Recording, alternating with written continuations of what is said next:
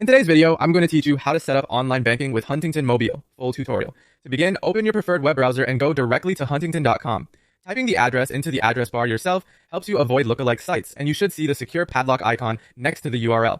For the smoothest experience, use a private, secure internet connection rather than public Wi-Fi, and make sure your browser is up to date so the enrollment pages load correctly. Once the homepage loads, look for the login or sign in button. On a desktop, it's typically in the top right corner of the screen. On a phone or smaller tablet, it may be tucked behind a menu icon at the top. Click or tap that and you'll land on the secure login screen. Don't worry if you don't have a username yet, you're in the right place. This page is also where you'll find the option to enroll your account for the first time. On the login screen, find and select the sign up or enroll link.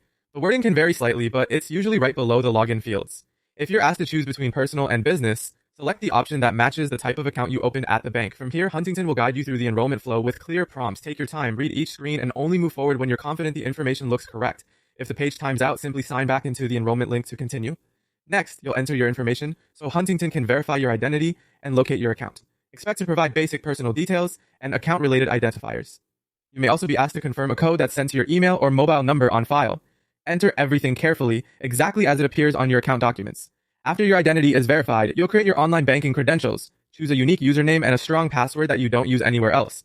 A good password is long, includes a mix of characters, and is easy for you to remember, but hard for others to guess. If prompted, set up security questions and confirm your contact details.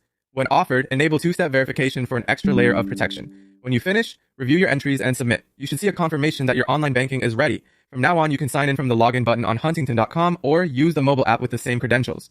Consider bookmarking the official login page. Always sign out when you're done, and avoid saving your password on shared devices. If anything doesn't match during enrollment, double-check your details and try again, or reach out to Huntington support for help.